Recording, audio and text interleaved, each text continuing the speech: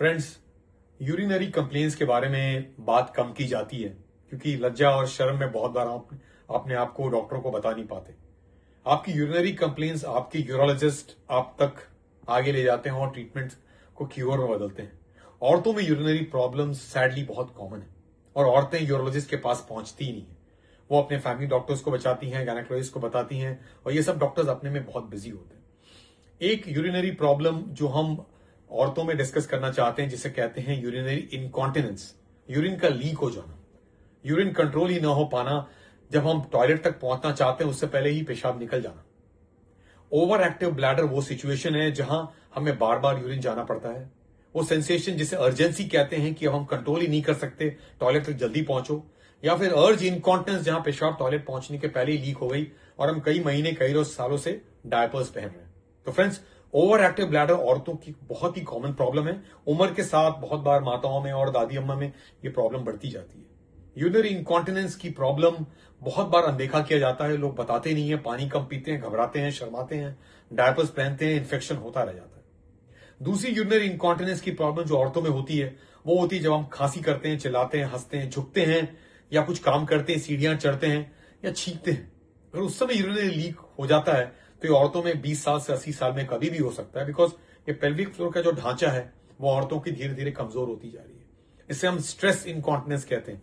वो mental stress नहीं बल्कि वो स्ट्रेस जो पेल्विक फ्लोर जो पहले ही वीक होता चाहता है, डिलीवरी के बाद, मेनोपॉज के बाद, चाइल्ड बर्थ के बाद, या फिर भगवान ने जो बनाया पेल्विक फ्लोर जो औरतों की अलग है, पुरुषों का अलग है।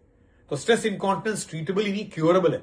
इसकी क्योर अवेलेबल है। ऑब्वियसली लो ग्रेड में इसकी ट्रीटमेंट अलग होती है जिसमें हम कीगल्स एक्सरसाइज करते हैं, ईएमजी बायोफीडबैक की ट्रीटमेंट है। लेकिन प्रोग्रेसिव इनकॉन्टिनेंस जो बहुत सिग्निफिकेंट है, जहां डायपर्स पे जिंदगी बीत रही है, वहां ट्रीटमेंट बिल्कुल पॉसिबल है।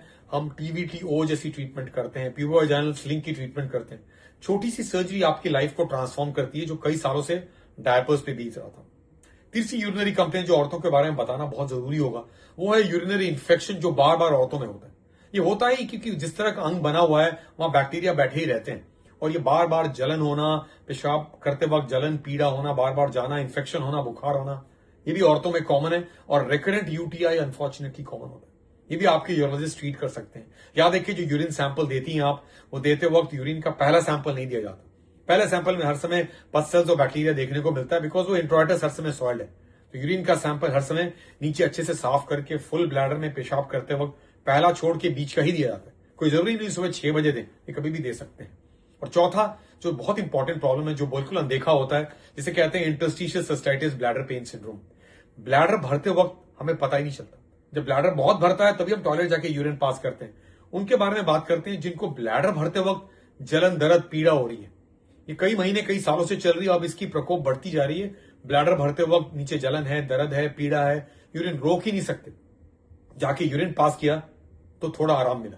ये पहले बहुत आराम मिलता था, आराम धीरे धीरे घटता जा रहा है और गलती से इसे ओवर एक्टिव ब्लैडर या यूटीआई की तरह ट्रीट करते रहते हैं। तो औरतों की ये 4 प्रॉब्लम बहुत ही कॉमन है, जिसमें अर्जेंसी, फ्रीक्वेंसी, अर्ज incontinence, over active bladder, stress incontinence, खांसी करते, छींकते, हंसते, चिल्लाते, पेशाब निकल जाना, recurrent urinary tract infection treatable और क्यूरेबल है पर इसकी ट्रीटमेंट मिस हो जाती है। बिकॉज बहुत बार हम सिर्फ यूरिन की रिपोर्ट की ट्रीटमेंट करते रहते हैं पर चिंगारी क्या है जिसके कारण धुआं दिख रहा है वो हम ट्रीट ही नहीं करते, मिस कर जाते हैं। और finally interstitial cystitis bladder pain syndrome, जिसमें औरतों में पीड़ा, दर्द, जलन हो रही है और ट्रीटमेंट किसी और डायरेक्शन में जा रहा है।